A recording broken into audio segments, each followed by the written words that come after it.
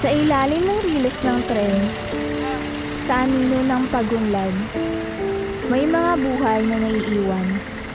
Mga taong walang tirahan na araw-araw ay nakipaglaban sa gutom, ulan at kawalan ng pag-asa. Kabilang narito si Nanay Amelia, isang 80 taong gulang na walang tahanan na araw-araw ay namamalimos para lamang mabuhay. Sa isang kalsadang puno ng ingay, amoy goma mula sa auto shop, basura na nagkalat sa paligid. Sa isang sulok ng bangketa, dito natutulog si Nanay Amelia. Walang bubong, walang proteksyon, at higit sa lahat, walang kasiguraduhan. Bawat gabing lumilipas, isang panibagong laban. Laban sa gutom, sa lamig, at sa panganib na maaaring dumaan sa anumang oras. Paano yan ay pag umuulan dito? Paano kayo? Tayong lang.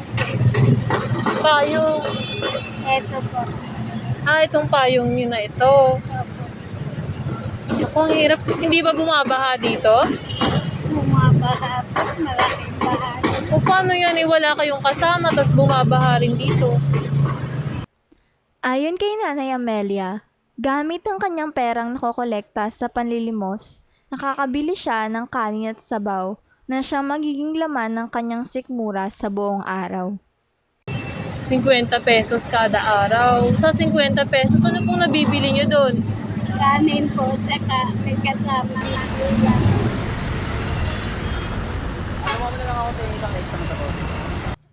Wala ba kayong kasama dito, Nay? Meron na sa mga anak. Kaso, niiwanan po ako siya. Kaya pag nagtutulog sila, sila tataguan ako. Sila lang kumakain. Ayon sa Philippine Statistic Authority, isa ang Pilipinas na nakakaranas ng kahirapan o tinatawag na poverty. Nakatala rito mula sa 10.9% o 2.99 milyong pamilyang Pilipino ang walang sapat na kita para maabot ang pangangailangan sa araw-araw.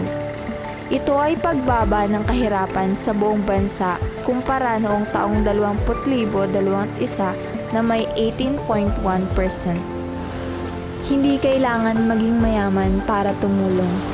Minsan, isang perasong tinapay at isang boteng tubig ay maaaring magbigay ng pag-asa sa mga katulad ni Nanay Amelia.